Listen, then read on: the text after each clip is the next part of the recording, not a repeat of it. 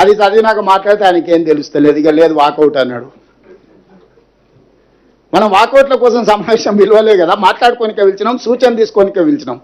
కాగితం రాసి ఇచ్చి పాపం లీడర్ వస్తాడు అనుకున్నాం, లీడర్ను పంపించారు, వచ్చి మొత్తం చూసి మొత్తం చదువుతున్నాడు. ఆయన కూడా సహచర పార్లమెంట్ సభ్యుడు, రెండోసారి రాజ్యసభకు వచ్చిండు, ప్రజాప్రతినిధిగా అతన్ని గౌరవించాలని అతను చెప్పినంత విన్నాం. నేను కొన్ని విషయాలు ప్రస్తావించడం మొదలు పెట్టగానే అసలు రంగు బయటపడదు అనగానే ఇక నేను లేచి వెళ్ళిపోతున్నా సార్, నేను ఉంటే ఉన్న ఉద్యోగం ముడతానని లేచి వెళ్ళిపోయాను. పాపం ఏం చేస్తాం, ఇది పరిస్థితి. అందుకే మీడియా మిత్రులారా, మీరు కూడా అబద్ధాలు చెప్పేటోళ్ళకి అంత ప్రచారం కల్పించకండి. మీరు కూడా పరోక్షంగా ఇట్లాంటి అబద్ధాలను ప్రోత్సహించినట్టుగా మారుతున్నది పరిస్థితి.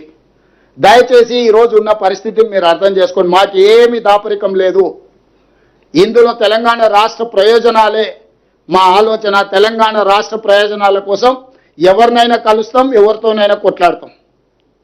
ఇందులో ఎలాంటి శశపిషలు లేవు. సామభేద దాన దండోపాయాలల్ల మొదటి అంకంలో ఉన్నాం. గోదావరి రివర్ మేనేజ్మెంట్ బోర్డును కలిసి ఫిర్యాదు చేసినాం, జలశక్తి మినిస్టర్ గారిని కలిసి ఫిర్యాదు చేసినాం, ఎన్విరాన్మెంట్ మినిస్టర్కు లెటర్ రాసినాం, ఫినాన్స్ మినిస్టర్కు లెటర్ రాసినాం. రేపు అవసరమైతే ప్రధానమంత్రిని కలుస్తాం, అందరినీ కలుస్తాం. ఈ అందరినీ కలిసిన తర్వాత కూడా తెలంగాణ ప్రజలకు న్యాయం జరగకపోతే న్యాయస్థానాలు ఉండనే ఉన్నాయి. ముందే డైరెక్ట్గా న్యాయస్థానానికి పోతే న్యాయస్థానం అంటే సంబంధిత సంస్థలకు మీరు ఫిర్యాదు చేసిండ్రా అంటే చేయలేదంటే ఏమంటారు? మీరు సంబంధిత సంస్థలకు ఫిర్యాదు చేయకుండా, వాళ్ళకి చర్యలు తీసుకునే అవకాశం ఇవ్వకుండా, మీ సమస్య ఏందో వాళ్ళకి వివరించకుండా కోర్టుకి ఎందుకు వచ్చినా మళ్ళీ ఆడికి వెళ్ళని పంపిస్తారు. ఇది ఏమంటారు ఫండమెంటల్స్. నువ్వు అప్రాపరేట్ ఫోరంలా ఫిర్యాదులు చేసి నీ బాధ చెప్పుకోకుండా, నువ్వు అంశాలను వివరించకుండా కోర్టు దగ్గరికి వెళ్తే కోర్టు వినదు. తిరిగి మళ్ళీ వాళ్ళ దగ్గరికి వెళ్ళి ఫిర్యాదు చేయి. నీ ఫిర్యాదు మీద వాళ్ళు చర్యలు తీసుకున్నప్పుడు నీకు ఏదైనా బాధ ఉంటే నువ్వు అప్పుడు కోర్టుకు రా అని చెప్తుంది. అందుకే ఈరోజు తెలంగాణ రాష్ట్ర ప్రభుత్వం అన్ని ప్రక్రియలు, రాజకీయ పార్టీలను సంప్రదిస్తున్నాము, ప్రజాప్రతినిధులను సంప్రదిస్తున్నాము, సంబంధిత రాజ్యాంగబద్ధమైన సంస్థలకు ఫిర్యాదులు చేస్తున్నాము, మేము కేసు బిల్డ్ చేస్తున్నాం. రేపు ఇవన్నీ ప్రయత్నాలు చేసినా మా తెలంగాణ ప్రయోజనాలకు భంగం కలుగుతుంది. కేంద్ర ప్రభుత్వం, ఆంధ్రప్రదేశ్ ప్రభుత్వం తెలంగాణ ప్రజల ప్రయోజనాలను ఫనంగా పెట్టి గోదావరి జలాలను రాయలసీమ పెన్నా బేసిన్కి తరలిస్తున్నారు. ఇది మాకు తీరని అన్యాయము అని చెప్పి కోర్టుకు వెళ్ళినప్పుడు మనకి న్యాయం జరుగుతుంది. ఈరోజు అందుకే చంద్రబాబు నాయుడు గారికి నేను సూచన చేస్తున్నా, మీరు పక్క రాష్ట్ర ముఖ్యమంత్రి, కేంద్రంలో మీకు పలుపాడి ఉండొచ్చు, మోడీ గారు మీరు ఏం చెప్తే అది వినొచ్చు. అంత మాత్రాన మీ ప్రాజెక్టులకు అన్ని అనుమతులు వస్తాయని మీరు అనుకుంటే అది భ్రమ. అట్లాంటి వాటికి అవకాశం లేదు. తెలంగాణ రాష్ట్ర ప్రజలకు ప్రయోజనాలు కాపాడుకోవడానికి అవసరమైన ప్రణాళిక, వ్యూహరచన స్పష్టంగా ఉన్నది. మేము ఈరోజు వివిధ రాజ్యాంగబద్ధమైన సంస్థలకు మేము ఫిర్యాదులు చేస్తున్నాము.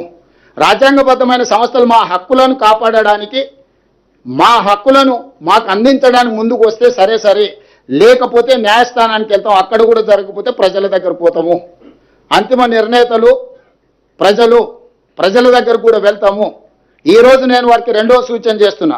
ఈరోజు 3000 టీఎంసీల మిగులు జలాలు గోదావరిలో ఉన్నాయి అని మీరు నమ్మితే, చంద్రశేఖరరావు చెప్పిండని కాదు, చంద్రబాబు నాయుడు గారు నమ్మినప్పుడు గోదావరి బేసిన్ మీద తెలంగాణకు 968 టీఎంసీల నీటి కేటాయింపులు ఉన్నాయి.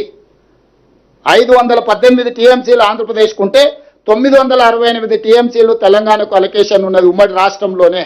మా 968 టీఎంసీల వరకు తెలంగాణ ప్రాజెక్టులకు బ్లాంకెట్గా మీరు ఎన్ఓసి ఇవ్వండి. మా తెలంగాణ ప్రాజెక్టులకు 968 టీఎంసీలకు వాడుకోవడానికి సంపూర్ణమైన అనుమతులు వచ్చిన తర్వాత మేము ఆ ప్రాజెక్టులు కట్టుకున్నాక ఇంకా నీళ్లు కిందికి పోతే అది వరద. పైన మా సమ్మక్క సారక్క అడ్డం పెడతారు, మా సీతారామకు అడ్డం పెడతారు, మా కాళేశ్వరంకి అడ్డం పెడతారు. గోదావరి బేసిన్ మీద మేము కట్టుకునే ప్రతి ప్రాజెక్టుకు ఆంధ్రప్రదేశ్ అభ్యంతరం పెట్టి ఆ ప్రాజెక్టుల అనుమతులు రాకుండా ఆలస్యం చేసి ఇగో మిగులు జలాలు ఉన్నాయన్నాడు. మిగులు జలాలు ఎట్లున్నాయి?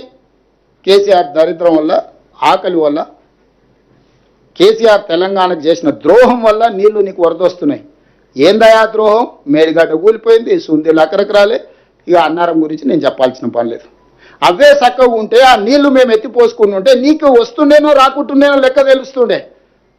ఇవాళ వాళ్ళ ధనదాహం వల్ల, వాళ్ళ దోపిడీ వల్ల మేడిగడ్డ కుప్ప కూలింది. ఏమవుతుందా, ఓ పిల్లర్ గుంగిపోతే ఏమవుతుంది ప్రాజెక్ట్ అంత ఉంది కదా అంటాడు. హరీష్ రావు గారు, నీ గుండెకాయ ఊడవిక్తే నీకు తెలుస్తాం, మొత్తం బాడెంత 6 అడుగులు ఉన్నావు, గుండె తీసి పక్కకు పెట్టు, నువ్వు ఉంటావో లేదో చూద్దాం. ప్రాణహిత చేవెళ్ళ గోదావరి